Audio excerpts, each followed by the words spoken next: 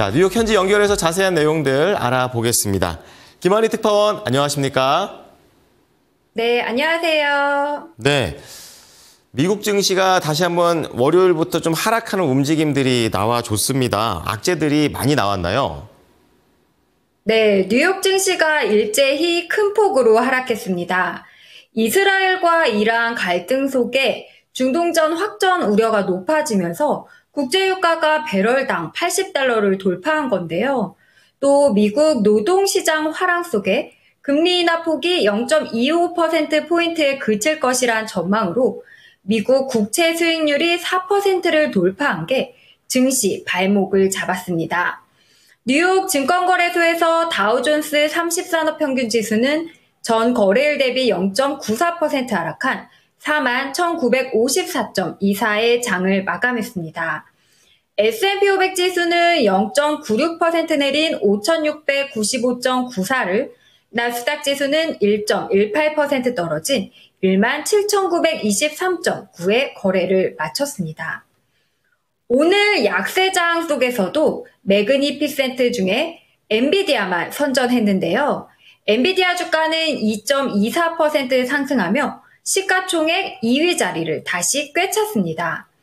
엔비디아는 9월 고용 동향에서 탄탄한 미국 노동시장 흐름이 확인되자 경기 침체 우려가 가신거에 큰 보탬이 됐는데요.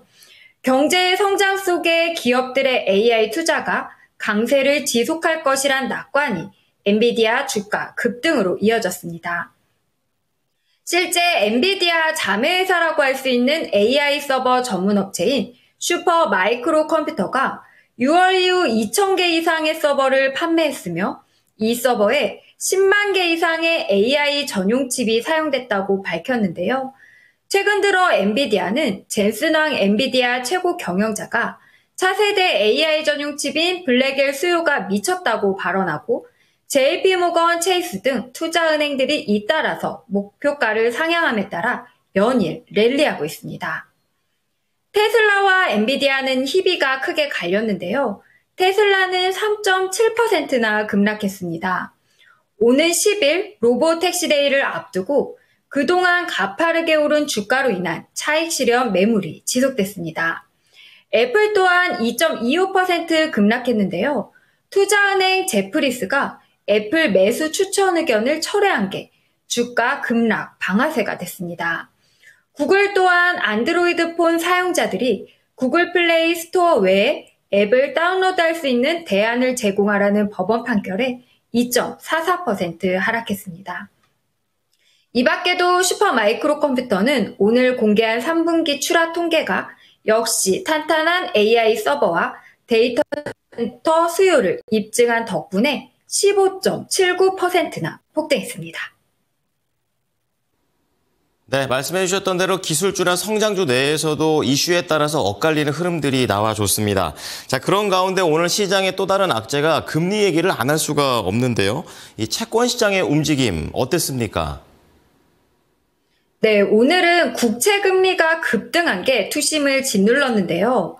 글로벌 채권금리 벤치마크인 미국 10년 만기 국채 수익률이 전 거래일 대비 0.05%포인트 미국 국채 10년물 금리가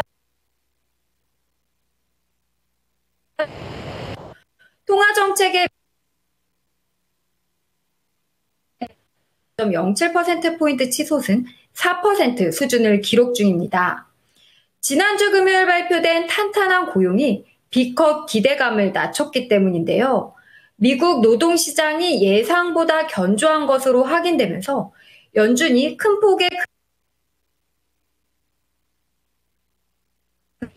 11월 연준이 기준금리를 0.5%포인트 인하할 확률이 0%입니다.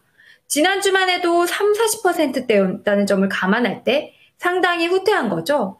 이에 따라 금리를 0.25%포인트 인하할 가능성은 86.3%까지 높아졌고요. 금리를 동결할 가능성도 아예 없었다가 13.7%까지 높아졌습니다. 이스라엘과 이란 간 긴장이 최고조에 달하면서 국제유가가 상승한 점도 투자자들의 불안감을 증폭시켰습니다. 유가 상승이 인플레이션을 자극할 경우 연준이 금리나 행보를 중단하거나 금리를 다시 올릴 수 있어서인데요. 조 바이든 미국 대통령이 이스라엘에 이란의 석유 시설을 공격하지 말라고 권고했지만 긴장감은 누그러지지 않고 있는 모습입니다. 서부 텍사스 원유는 전 거래일보다 3.7% 오른 배럴당 77.14달러로 마감했고요. 지난 8월 말 이후 최고치입니다. 글로벌 원유 가격 벤치마크인 브렌드 또한 3.7% 상승한 배럴당 80.93달러를 기록해 역시 8월 말 이후 가장 높았습니다. 비 라일리 웰스의 아트 호거는 투자자들은 국채 수익률 상승과 에너지 가격 반등을 경계감을 갖고 주시하고 있다면서 상황이 나아지기 전까지 투자자들은 이 두 가지 요인이 악화될지를 궁금해할 거며 이는 실적 시즌이 시작될 때까지 경계해야 할 부분이라고 지적했습니다. 오늘은 큰 경제지표 발표는 따로 없었고요. 투자자들은 이번 주 공개될 연방공개시장위원회 회의록과 물가지표를 대기했습니다.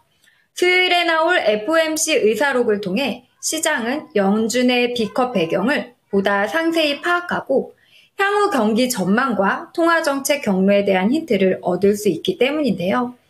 제가 어제 이번 주는 물가 주간이라고 말씀드렸었는데요.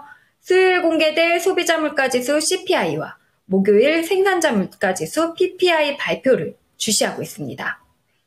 내일 경제지표로는 9월 전미 자영업연맹 소기업 낙관지수, 8월 무역수지가 발표되고요. 미국 석유협회 주간 원유 재고를 내놓습니다. 내일은 연준 위원들 발언도 이어지는데요. 라파엘 보스틱 애틀랜타 연은 총재와 아드리아나 쿠글러 연준 이사, 필립 제퍼슨 연준 부의장 연설이 예정돼 있습니다. 실적 발표도 있는데요. 펩시콜라와 프리토레이, 트로피카나 주스 등의 브랜드를 보유한 펩시코가 3분기 실적을 발표합니다. 네, 내일 볼 것도 상당히 더 많은 것 같습니다. 잘 지켜보겠습니다. 감사합니다. 네, 감사합니다. 네, 지금까지 못 이긴 뉴욕이었습니다.